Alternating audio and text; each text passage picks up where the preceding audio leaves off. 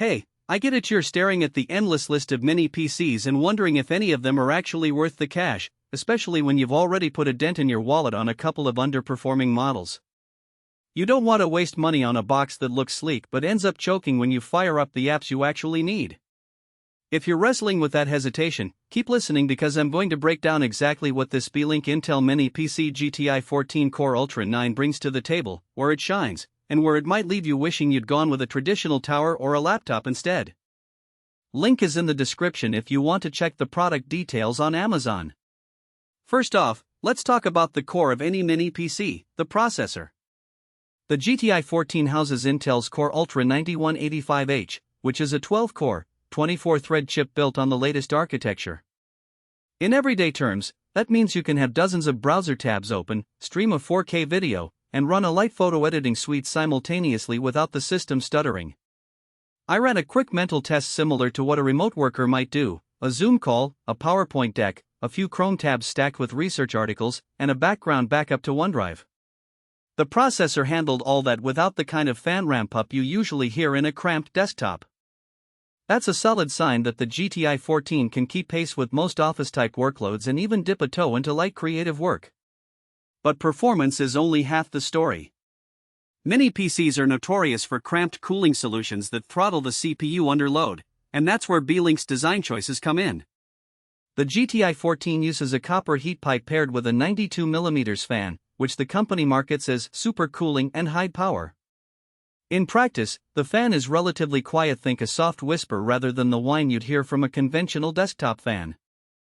When I monitored it during a 30-minute video rendering test, the fan spun up to around 1,900 revolutions per minute and produced a gentle hum that was audible only if you were sitting right next to the unit. The temperature peaked at around 78 C, which is well within safe operating limits for a chip of this caliber. So if your workspace is a small home office or a bedroom where noise matters, the GTi14 doesn't become a nuisance. Now, let's look at the footprint and connectivity. The chassis measures just under 8 inches on each side, so it sits nicely on a modest desk, behind a monitor, or even perched on a bookshelf. The rich interface and triple display claim translates into 4 USB-C ports, 2 supporting DisplayPort Alt Mode, 2 USB-A 3.2 Gen 2 ports, an HDMI 2.1 output, a gigabit Ethernet jack, and a 3.5mm audio combo. In real-world use, that means you can hook up 2 4K monitors via USB-C and a third via HDMI without needing a dock. I tested this setup with a 27-inch 4K panel and a 24-inch 1080p monitor while running a spreadsheet, a web browser, and a music streaming app. All displays remained fluid, and the ports didn't feel cramped. Plugging and unplugging devices was as easy as with any full-size desktop. One of the biggest concerns people have with mini PCs is upgradability.